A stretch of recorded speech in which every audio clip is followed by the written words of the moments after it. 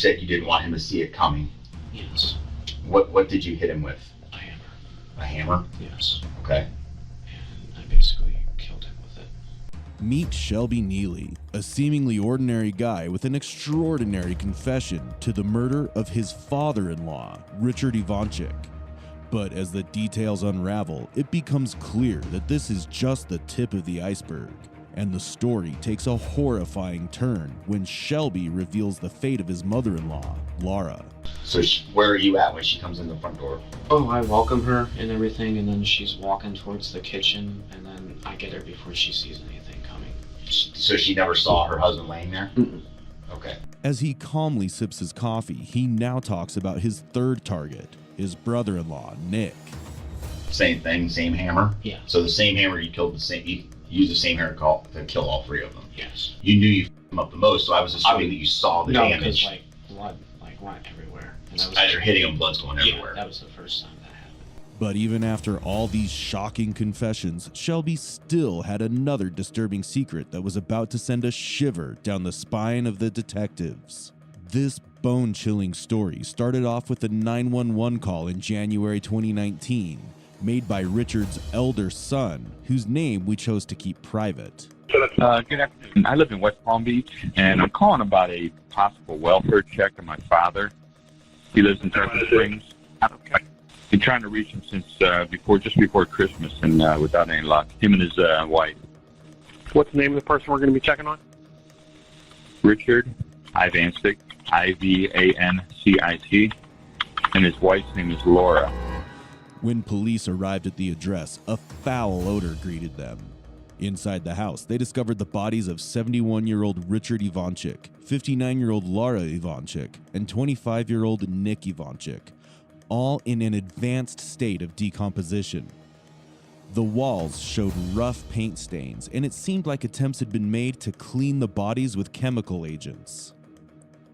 Searching for clues, officers noticed the family's car was missing and found a shallow hole dug beside the house. When police spoke to the neighbors to gather any information, they reported seeing a young man in his 20s digging the hole, accompanied by a child. The description of the man was clear, and the officers immediately recognized him as Shelby Nealy, Richard and Laura's son-in-law. As Shelby's name came up, another concern surfaced. His wife, Jamie, had also been missing. This raised a chilling question. Could the unthinkable have happened to Jamie as well? Tracking Shelby Nealy became an urgent priority, and it didn't take long for authorities to follow his trail. He had been using his in-laws' payment cards at pawn shops and was driving Laura's car. This led police to locate him in Lakewood, Ohio, where he was arrested on January 1st, 2019. A Florida officer traveled to Ohio to meet the man behind the haunting crimes. However, Shelby turned out to be very different from what one might expect of a ruthless killer who had taken 3 lives within 24 hours. How you doing, Shelby? Detective Anderson, have a seat. Cold? Yeah, some coffee. I heard you wanted some coffee, so we got you some coffee. I appreciate it. Right. I understand you wanted to talk to me? Yeah, well, I thought we were going to get this done in the morning and everything. I didn't know. Would you prefer to talk in the morning? I'm here to, I want to talk to you as soon as possible. I came a long way to talk to you. Yeah, how late are you here till in the morning? Well, I'd rather do it now. I traveled a long way in a short amount of time. No, man. Okay. No. All right. I apologize. That's okay. Hey, like I said, I'm here to listen to you. Do you Okay. think I could possibly get a blanket, though? I can ask I do. you. I how hate much? to ask. I just have bad PTSD with Like a it. little blanket or anything like that? Yeah, sure. All right, they're gonna get you one. Thank you. All right. I'm sorry. I just have No. bad PTSD with coldness. PTSD with coldness? Yeah. Okay. I was homeless for like half a year in the winter of 2015 and 2014. Oh, really? Where was that at? Up here in Ohio. Oh, babe. What's that supposed to be? Okay. Shelby begins the conversation with an almost unbelievable calmness for someone just apprehended for 3 murders. But this is only the start. His eerie composure is enough to send chills down anyone's spine. Where do you want to start? Well, we're not going bullshit. We know why you're here. It's for the 3 deaths and everything. Okay. Correct? Okay, well, obviously I did it. I'm trying to think of where I begin this long story. You want me to ask you a question to get you started? I mean, Or do you want to just think about it and you can start wherever you want? The story kind of like... Because I know your questions are basically like, why the fuck did this happen, for obvious reasons. You know what, why don't you start with questions and I'll just make my way into the story in a second. So Okay. Go Well, I want to start way back. way back. Childhood. How was your childhood? Oh, we want to go there. It was a good, man. Mom and dad both there? Single mom, single dad? My birth father, he was in Texas my whole childhood. Shelby's childhood showed no signs of trauma, except for his father passing away right before his 17th birthday. So it almost rules out the detective's initial suspicion of deep-rooted mental issues. However, his cold, calculated demeanor hinted at psychopathy. Alternatively, it seemed he might be deliberately portraying himself as a character in a twisted movie, believing he was the anti-hero of his own story. So your dad passes away, Yes. and then you're with your mom and your stepdad? Yes. Okay. How was it growing up? Good? You said it was relatively good childhood? Yeah, childhood was good. I didn't run into problems until literally in my early adult life. Like literally as soon as I turned 18. So when you were a kid, how were you disciplined? There was no like physical abuse, mental abuse? No. I would get disciplined like any other kid. I was bad, Well, everybody has different... Get ground from my stuff, get my stuff taken away, but I wasn't the easiest of children to deal with either, Like getting into mischief or? Yeah, I was very mischievous and rebellious growing up. I also got prescribed ADHD. I just think the rebellion came from like strict rules and everything, like a normal child. Right. You just didn't like the rules? Yeah. So I would just break them and everything. Well, kids go through that. Yeah. My I don't know if I'm psychotic or not, but my psychosis didn't really start taking effect till I was like starting to go through stuff. Early adult life, I turned 18. I moved out of my parents' house. I'm still in school. I'm smoking weed and all this shit. I knock up a girl, and then just somewhere down the lines, I drop out of school. We marry, and I don't know. Shit was just. I think I just had too much going on my plate back. That's a lot for a young man to handle. I just was still dealing with my dad's death and everything, so I started lashing out and hitting her and everything, and the marriage ended. And what was her name? Her name was Caitlin. Caitlin? Yeah, Okay. but we're on good, just because all that stuff happened back in the past, we're on very good terms now. Shelby calmly described a severe act of domestic violence, showing absolutely no remorse. It was as if nothing could affect him, but the chilling interview was about to take an even darker turn. So how long were you homeless, approximately? 6 months. 6 months, and what changed? When I met my second wife, which is their mother. Jamie. Yes. Okay, and how did you meet Jamie? I was a manager at Burger King by this point. Her brother was my employee. And where is this at? What city and state? This is Ohio. This is actually up here. Okay. Before we all moved down here. Okay. Ohio. What city in Ohio? Parma. Parma, okay. Mm-hmm. I went home with him one night and to smoke weed, and she was just sitting there in the garage, and we sort of just hit it off from there. Okay. And I started dating her and living with her, and that's when shit really started getting bad. Everything was cool at first. occasionally we would argue, and she would smack me here and there.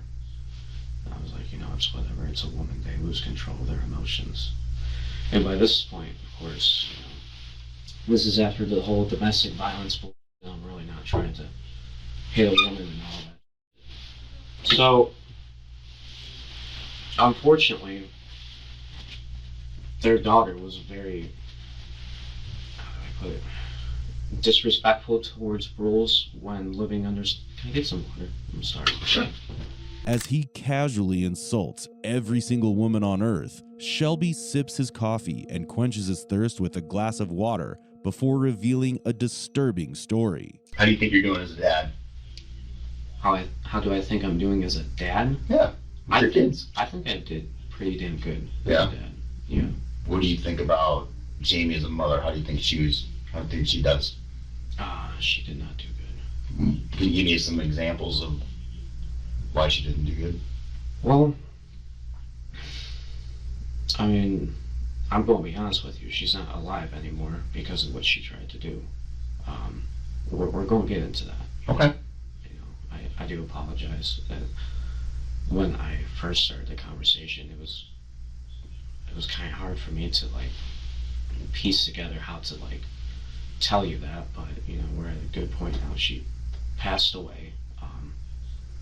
There was we'll get into this incident, but there was an incident down in Florida where she had an extreme case of psychosis, and I'm sure you can look up all her records and stuff. I'm sure you've seen that she's attacked her parents in the past and all that good shit. Mm-hmm. She would get into a mode that she just could not control. When I tell you, it would literally be like looking into the eyes of a demon. It literally was. So she came at my daughter with a knife after she had got done severely beating me. And there are scars on my body and shit, And I'm not giving myself an excuse, man. I'm just telling you the reason as to why shit happened. Mm-hmm. But when you come at my daughter with a knife, I have to stop you. Right. And unfortunately, I went too far. I choked her out, and then when the blood started coming out of her nose, I stopped. But It was too late. it was too late. And where was that at? This was at a house. This was the last house that we had down in Florida, and this was about a year ago.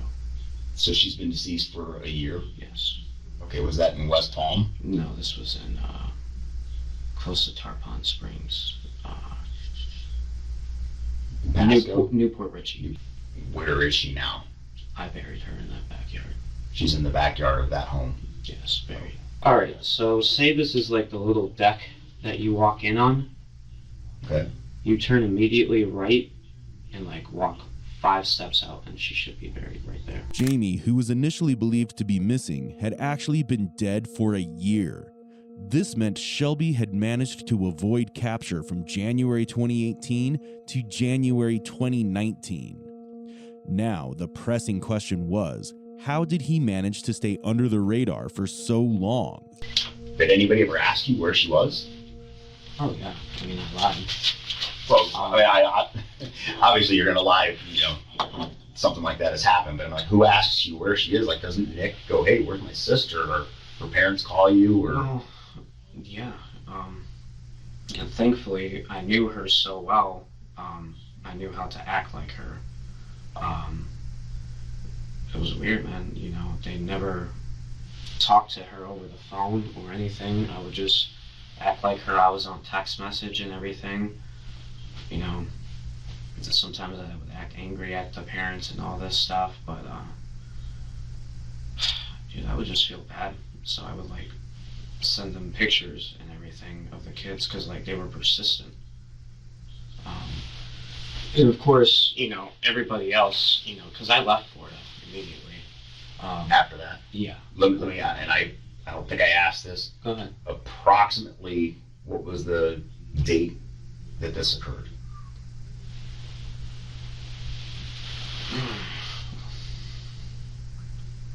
It literally happened around a year last year ago. Approximately a year ago? Literally in the beginning of 2018, January. January of 2018. Yes, like I was gone by the end of 2018, or not by the end of January. I'm sorry. Okay. So do you remember the beginning of January? Or end of January? It was definitely middle of January. Middle of January of 2018 on Norwood Avenue in Newport Richey. Yes. Do you think's important, or do you want to get off your chest? Or... No, I mean, this is the type of shit she did to me. She what was that from? Fingernails, a knife, or This was a knife. This was a hammer. that the mark right here? Yeah. I don't know, man. Did you ever call the police on her The police were called on her multiple times, and in Newport Richey, or where? in just in Florida and Ohio, man. Like, but I was just under her control, man. Like, I know I come across as the evil one, and quite honestly, I am. You know, I'm a monster for the shit I did.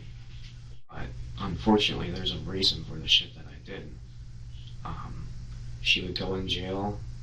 Her parents would lie for her. She would come out. She would go into the psych ward. Her parents would lie for her. She would come out. I would lie for her because I was under her control. Now, when you say she was like the psychosis that you described, was she seeing a doctor or a psychologist? She refused to. Refused to? She on any meds? She refused to be on any meds. So She thought that she didn't need any help. during the duration that you knew her, she never went to a doctor that you knew of for her mental issues? We tried to get her there, but she just did not like what the doctors had to say, and so she'd be like, "I'm not going there anymore." Okay. It was, you know, every day my kids saw a woman beating on their dad, and I just didn't want that. Shelby could have concealed the fact that he pretended to be Jamie, but he chose to reveal it. This suggests a sense of pride and further underscores his psychopathic tendencies. Moreover, his calm demeanor suggests he still believes he was justified in his actions and is trying to play the victim card. Also, it's quite shocking that Jamie's family never attempted to check on her, despite not receiving any response from her for an entire year. I bought a place in Elyria. I tried to make it work. I even got a job and everything, but people just weren't babysitting my kids. And babysitting was hard to come by. Mm-hmm. And of course, during that time period, I was afraid to get on welfare because it's like they're going to be looking for her Mom. They're going to be like, "Where's mom?" And then, so I left there for like a couple of months. And then I can't make it. My parents can't help me because my brother has cancer at this point. He beat it though. Okay, well, that's good. Yeah. So I have to move to Texas to where all my other family is at. So I did that for like half a year, I believe. Who did you stay with in Texas? I stayed with my granny for the most part. And then me and her got into it. What's her name? Oh shit. Deborah Gray. Deborah Gray. Okay. She's still living? Yeah, she's alive. Okay. Then she kicked me out because she couldn't handle the kids. But I was working a good job. I was working in the oil field for a while there. And then I get another place. And I'm working and everything. I'm still trying to shake off Jamie's family for the most part. And it's just... Are they pestering you? Like, where is she? We haven't seen her. No, it's not even that. Or you're still doing the texting like you're her. Yeah. But did she have her own phone and you had your own phone, or did you guys only have one phone that you shared? We only had one phone. Okay. Because I was thinking to myself, like, you had to keep paying the bill to keep playing like you were her. Yeah, okay. So you shared a phone and you just pretended to be her. Yeah. Okay. Yeah. Well, I wouldn't really call it sharing a phone. It was mostly hers, but yeah, that's how that happened. Okay. So Granny says you need to go. Yeah, I get my own place, and then I had my own place for like another 3 months, so we're getting towards the end of the year, and unfortunately now I'm seeing something has to be done because I don't want to get caught. So, In a desperate attempt to save himself, Shelby devised a chilling plan. A plan so sinister it would shock all of Florida. And very soon, he would reveal the reasons behind it. Okay. Well, let me ask you this. So you initiate conversation with Laura. August. When do you leave Texas and drive to Florida? What date? I can tell you it's in the beginning of December. As far as the exact datage, I would have to go through my phone to be able to tell you that. Okay. Like in relation to Christmas, how many weeks prior to Christmas do you think you got to Florida? It was definitely like beginning of December. Beginning of December, you drive from Texas to Florida. What are you driving? Her old car that I had. Beginning to mid December? No, it was beginning. Beginning in December, you pack up the kids. Pack up, I'm assuming, the stuff you're taking with you because you're leaving everything else behind, right? You drive to Florida. Does she know you're coming, or you just kind of show up? No, she knows I'm coming. She knows you're coming. However, she thinks that Jamie is staying behind due to work issues and everything. Okay. So you arrive. How's it go? It goes great at first.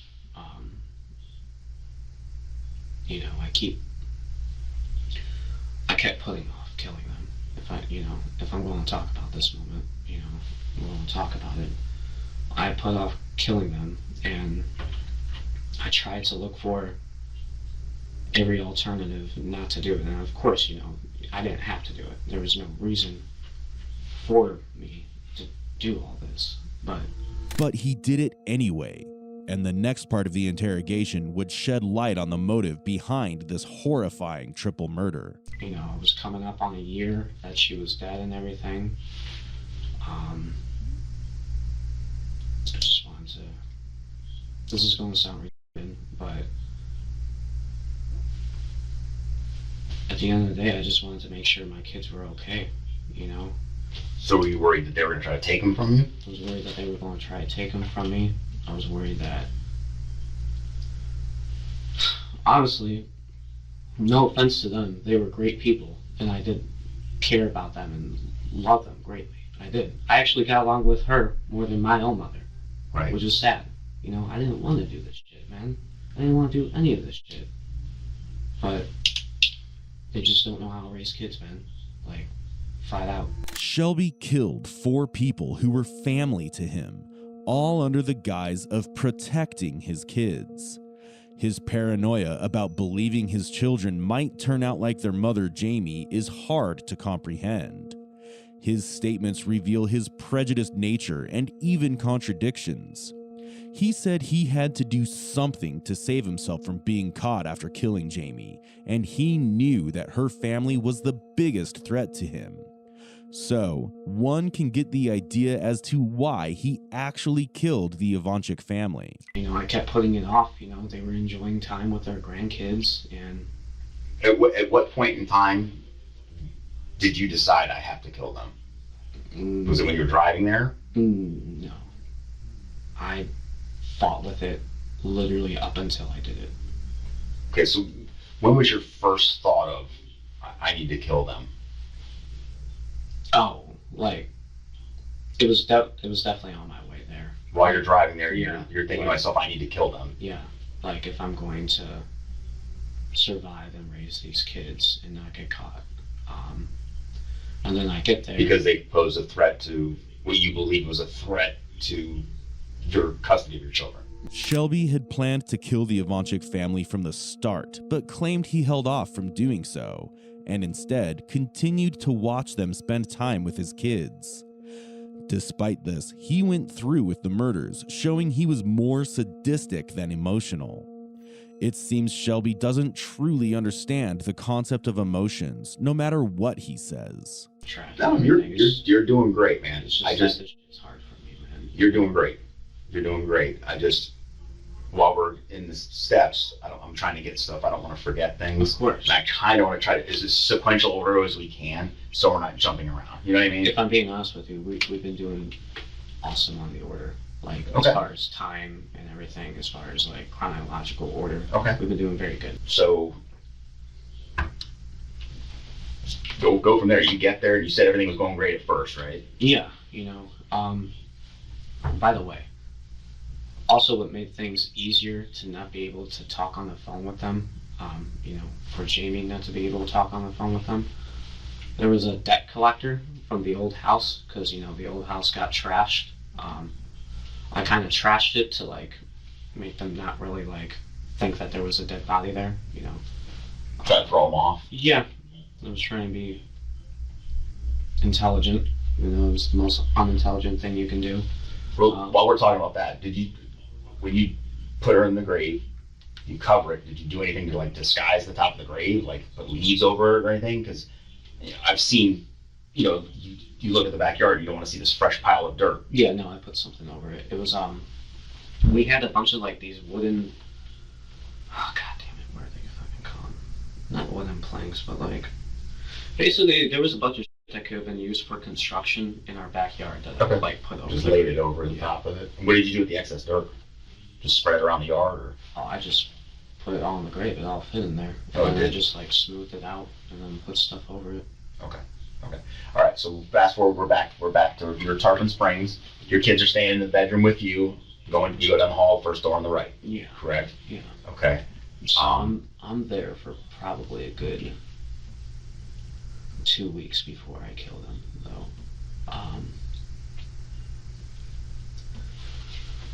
Unfortunately, I almost got out of it too, because with the step, I acted like this debt collector, had a undercover agent that you can buy or whatever it's called. I forget what it's called. But basically, I made it seem like that this debt collector knew where Jamie was at if she were to enter Florida. So then at the end, they were like, well, we could just come to Texas with you and visit her. And then on that day, So is that when you decided I have to kill them because they're getting too inquisitive? Is that why? They weren't even inquisitive, man. They were always trusting of me. They And do you remember what the date was? December 15th and December 16th. December 15th and December 16th is when you killed them? Yes. Okay, do you remember? The Okay. parents, go ahead. No, I don't want to stop you. Go ahead. Um, You said the parents. The parents passed away first, and then I dragged their bodies into their room, cleaned it up, waited for Nick to get home, spent one last night with Nick, and then when he went to bed, I killed him too. It's quite weird to know that Nick didn't even question the whereabouts of his parents for a complete day. But currently focusing on Shelby, he confessed to the murders of his in-laws as if it were nothing. He admitted to waiting for the perfect moment, constantly thinking about killing them, all while remaining as calm as a summer sea.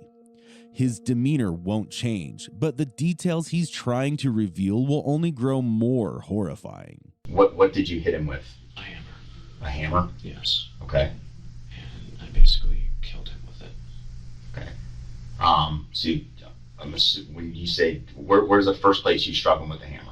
In the back of the head. Back of the head, like right in the middle of the back of the head? Yeah. You just came up behind him and Yeah. hit him? Does he fall? Yes, he falls. Just falls to his knees, or No, he's unconscious. And then, one shot, he's out?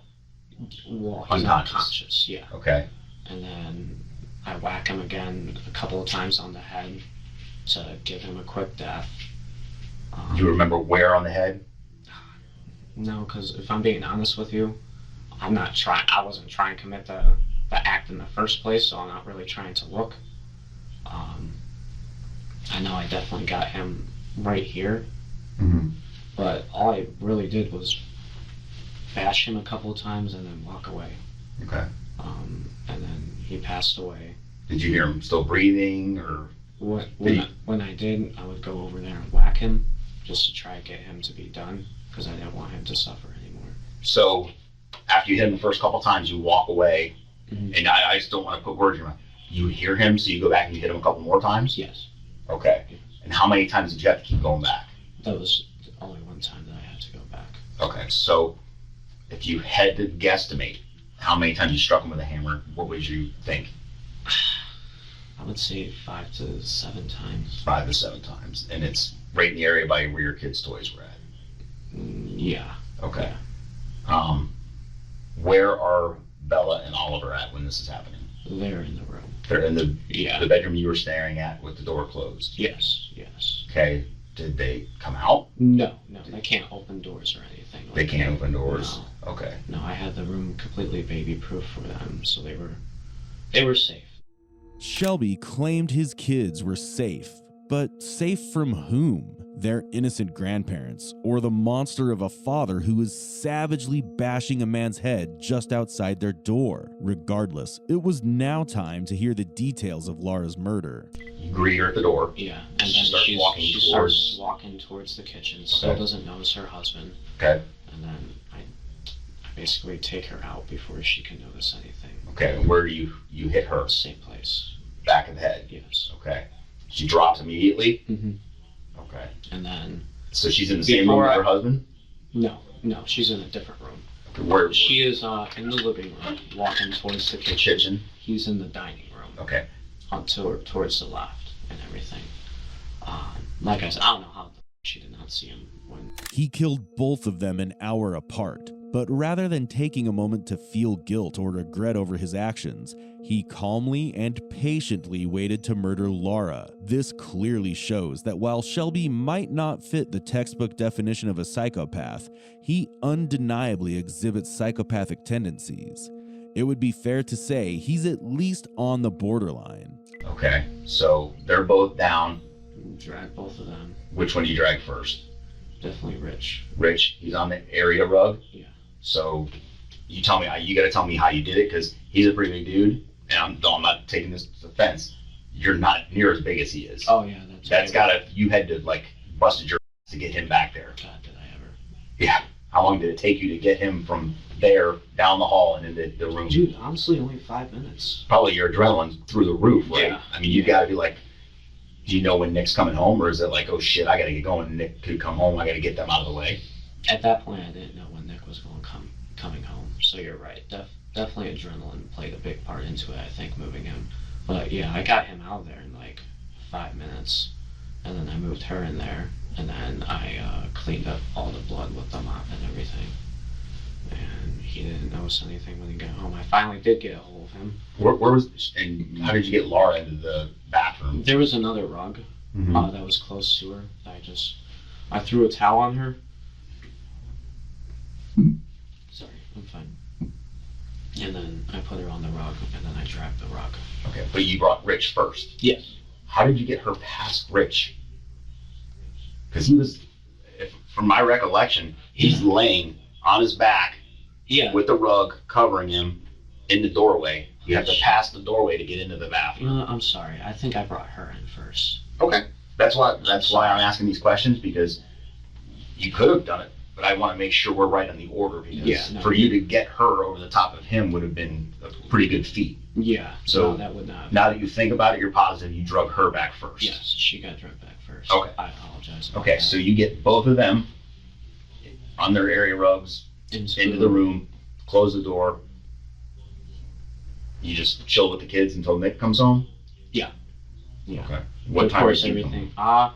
It's like 6 or 7. After committing 2 horrific murders, Shelby calmly waited for Nick to arrive. What he did next was nothing short of pure barbarity. Because I saw a lot of blood stains on the couch. Couch wasn't moved at that point. I understand that, but is the blood staining that's on the couch from you striking him? Does he fall against the couch? On the couch. That's from Nick. That's from Nick. Yes. Okay. Yes. So Dad falls there. Nothing gets on that. You mop up the floor. Yeah, the couch was right here at that point. It's not moved over there or anything. I moved it over there during the process that I stay there. Okay. Nick was asleep on the couch when I killed him. So that's where all the blood stains on the couch come from. Okay. And then I moved the couch to block off that room so the kids don't run in. Where are the dogs? I put the dogs in there. Were they still alive? Yes. Dogs don't die until like literally the last minute. And, like before you leave? Yeah. Okay. So you just close the dogs in there with the 2 that you just killed. Mm-hmm. Okay. You're playing with the kids until 5 or 6 when Nick comes home. Yeah. Okay. You said you wanted to spend one last night with Nick. Yeah. But you said you have to kill him because obviously you killed his parents. Yes. Okay. So he comes home. Tell me what happens when he comes home. He comes home, he brings some weed and everything. He's got edibles and all that stuff. I start giving him money and I order us a pizza. I get us more weed. That type of stuff. How did you get more weed? Huh? How did you get more weed? Oh, he went to the dealer to get some more and everything. Did you do it with him? No, I stayed home. Okay. And he has a car, right? A minivan? Yeah. Where's his minivan? Minivan's parked in that driveway. That's his minivan. The blue one that's there is his minivan. Yes. Because I talked to a bunch of people and they kept saying, no, that's not his minivan. And he drives a dark colored minivan. They kept saying this dark colored minivan. We couldn't find this dark colored minivan. Old people are idiots sometimes, to be honest with you. So that they minivan. think they noticed something. Yeah. So that minivan that's still at the house is Nick's. Okay. I'm sorry. I know I interrupted you. Nick comes home. You guys are smoking weed, eating edible marijuana together. You guys have been friends for a long time. You want to spend one last night with him. So go ahead. I mean, there's nothing much more to it. What time is? So I'm assuming you guys are here watching TV together, and he falls asleep at some point. It will soon be revealed what exactly happened to the dogs. But first comes the disturbing details of how Shelby killed his brother-in-law, Nicholas Ivanchik. So you're watching TV. He falls asleep. Yeah. Where are you at when he falls asleep on that couch with all the blood stains? But it's at that point in time. Here's how it happened. We're watching The Grinch and everything. He gets tired. He goes to sleep. I put the kids in the room. I wait until I think he's asleep. I fall asleep myself. And then I wake up at like 3, 4 in the morning. And then I grab the hammer. I tiptoe to him. And then I do what I did to them. I don't like saying it, but I do what I did to them. Same thing, same hammer? Yeah. So the same hammer you used the same hammer to kill all 3 of them? Yes. So he's asleep. I know it's hard to say, but we're almost there. You've gotten through 2. Oh yeah, no. Okay. I know. So you go up to Nick, and then what happens? I crack him right here. In the temple? Yeah, and then I just keep hitting, like 7 to 8 times. Is it any time does he wake up, or? He jolted awake at first, I think, but his body was in too much shock to really process what happened. Right, like he never opened his eyes or said anything or anything like that. No, none of that ever happened. I made sure that they, except with him, unfortunately, I made sure that they didn't feel any pain. They basically died instantaneously. Okay. Besides him. So you kill him on the couch. Okay. Then what do you do with his body? I take it into his room. Did you put him on anything, or do you just drag him? I covered up his head and everything. Granted, I did it in the dark, and for some reason I knew that I'd hit him up the most out of everybody, and I don't know how. And how did you know that? Just from the facial damage that you saw? I didn't see any facial damage. You said you knew you f***ed him up the most, so I was assuming that you saw the damage. No, because blood went everywhere. And that was as you're hitting him, blood's going everywhere. Yeah, that was the first time that happened. So. Okay. So when you hit the other 2, it wasn't. Yeah, it wasn't a splatter rate. Is unlike most. Shelby isn't holding anything back, nor is he trying to justify his actions. But what makes it truly unsettling is his complete lack of empathy as he describes everything in chilling detail. If he's trying to portray himself as an anti-hero or a psychopath, he's certainly doing a disturbingly convincing job. He exhibits clear psychopathic traits: impulsivity, egocentrism, parasitism, and lack of remorse, but he has not yet been deceptive. Or has he? Trust me, my kids are my #1 priority. I believe you wholeheartedly. For someone to do something of this extent, to protect their kids. I'm not saying it's right, and I know you know it's not right, right? You know right from wrong, right? You know what you did was wrong, but at the time, I think maybe you felt you didn't have any other options, right? Exactly. You were pretty much out of gas, right? Out of options. Yeah, I'm sure you're probably very surprised with my cooperation too. I've been doing this a long time, and Not really. you never know. Fast forward just a little bit, and I know you'll tell me these are being completely cooperative. I know you went to the Home Depot in Port Richey, and you bought the tarps and the rope. Oh yeah. And what would that was basically to put their bodies in, tie up, and put in the backyard or the front. Where you were digging the trench? Yeah. Okay. What day did you start digging the trench? If you killed them on the 15th and 16th, what day do you think it was you started digging the trench? I would say a week later. A week later? Yeah. I'd definitely say a week later. So you're staying in the house with them deceased and with your kids from the 15th and 16th until approximately a week later, and I'm assuming it's got to start smelling by then. Well, yeah, I bought shit to help with the smell too. Incense was always going on. I had those Febreze things. I had like car shit. Kids were no longer sleeping in their room. They were like sleeping out there On those little love seats. Yeah. There was another couch too, that dark brown couch that they would sleep on too. Okay. But yeah, they couldn't get buried. I couldn't move Rich. So you start digging the trench. I mean, you made a lot of progress on that trench. Yeah. I mean, how many hours do you think you worked on that? Because that's a lot of work.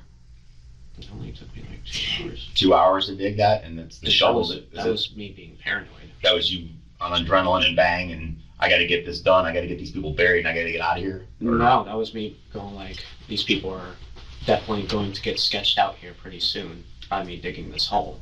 Right. So I would go out and dig it little bits at a time. Shelby then set out to cover up the massacre, even going so far as to switch Nick's Xbox with a PS4 to prevent anyone from tracking Nick's Microsoft account. While this might seem like a minor detail, it highlights just how meticulously Shelby had planned everything. And now, he was about to pose a question that no criminal would ever dare ask a detective. Do you mind if I ask you something? Sure. Since I'm being cooperative, I'm just interested. Where did I with the car? Like, how'd you guys catch up to me? Was it the car that got me? I mean, I know I left it behind a bunch. I'm just curious. There's a lot of things. There was no real one thing. There was a lot of things. I mean, you did things I think you may have thought you were doing them carefully, but you didn't. Okay. I'm not going to go into specifics. Don't give me specifics. There's no reason to. Yeah. I will say this. There wasn't one thing. So you can't beat yourself up over like, man, if I'd have just done that one thing, you did a lot. Okay. It was traceable. Okay. So, what else do you take from the house? His coin collection. His coin collection. Which So is on top of the fridge. on top of the fridge where you live now. Yes. Okay. And what about IDs? Yes. Driver's licenses? Yeah, I took that. From who? Rich and Nick. I could not find Laura's. You looked for it, but you couldn't find it? Yeah. And what was the purpose of that? Honestly, I know this company called Live Ops where you can work at home, but you gotta have a clean record. So that's what I was going to use that for. You're going to use Nick's identity? Yeah. Okay. Yeah. What about Rich? Why did you take his? Just to not leave behind evidence, It wasn't really the smartest thing to do, to be honest with you. I know you're trying to find a comprehensible reason as to why, but... Right. Well, like I said, I'm trying to understand your mindset, what's going through your head, why you would do things. And so the coin collection... was to get money, obviously. Right. So I can... And there was like sheets of money too, right? Yeah, you'll see the sheet of money in there. So there's a sheet of money, collectible coins. In the suitcase. Here. Want me to write it all down for you? Sure. I mean, Yeah, right. You can write down everything you took from the house. The murders of the Ivanchik family are clear by now, but it's obvious that many would want to know what happened to the dogs. Animal cruelty is a serious offense, and here's what unfolded. At what point do you kill the dogs? You said it was like right before you left the house. So, the dog that was by the woman, or by Laura, he died on his own, basically. Starving? No. He had diabetes, and I didn't know how to, do the administer that stuff. Okay, so, is that one of the ones because there was one dog in a garbage bag, another dog in a garbage bag, and there was one in a rug. This is the one on the rug. The one in the rug died on his own because you didn't give him his insulin. Well, he didn't he was dying. Okay. And then I put him out of his misery. How did you do that? I just whacked him once with the side of the hammer, and he instantly died. Okay. I knew that he would die instantly, being that he was a small breed and everything. Okay. As far as the other dogs go, they got put in the bag the last night, and they suffocated and everything. Okay, so you didn't hit him with the hammer, you just tied the bag shut and suffocated him. Okay. Because I examined the dogs, I couldn't see any obvious damage. So that was one of my theories, was that they suffocated. The only thing was, the bags are dark, and I would assume the dog would have tried to scratch their way out, but I guess they didn't. Or I just didn't notice it. Yeah. Shelby killed 4 people he once loved and 3 defenseless dogs, claiming it was all for the right reasons. Yet his actions are so horrifying that even the devil might shy away from him. I've basically told everything that I wanted to tell. Okay. I've made my, Major piece. You know that I didn't do this because I wanted to be evil and I wanted to kill people. I did it because I felt that I had no choice at that time period. You also know my wife was very abusive, both physically and mentally and emotionally. And like I said, please feel free to look into her record, and you can see all the police calls and all that shit. You'll see that. But Okay. And like I said, we know you like Domino's pizza. I know that. I saw the Domino's boxes in the house and on the patio, and is it the kids that love the chicken nuggets, or is that you too? that's the kids. Yeah. Yeah, it's funny because that's just what I had going on at the house before you guys jumped. Did Daddy, we want chicken? Oh, does your daughter talk? A little bit. And obviously your son's too young to talk, right? Yeah. Is he walking? He's walking, yeah. Is he? I feel bad for them though. I really do, because. Well, I feel bad for them also. Their mother's gone, and for all intents and purposes, now their dad's gone because of what, unfortunately, is bad decisions. Shelby Nealy's mother was granted custody of the children, while Shelby himself pleaded guilty to all charges on December 13th, 2023. It's surprising that someone who confessed so calmly took 5 years to admit guilt officially. He was sentenced to 30 years in prison for killing Jamie, avoiding the death penalty by assisting officers in locating her body and cooperating throughout the investigation. For the murders of the Ivanchik family, a judge scheduled the penalty phase for October 2024. During this phase, a jury will decide whether Shelby would face the death penalty or life in prison without parole for the triple homicide. However, there have been no updates on the proceedings so far.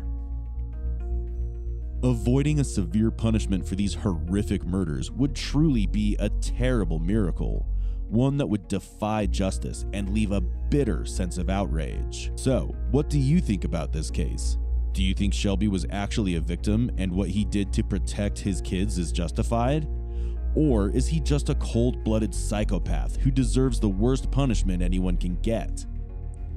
Feel free to share your opinions. We'd love to hear from you. Also, if you have any case in mind that you want us to cover, mention them in the comments section. Please subscribe to Real Crime Psychology to unravel more disturbing cases from around the world. Until next time, stay safe.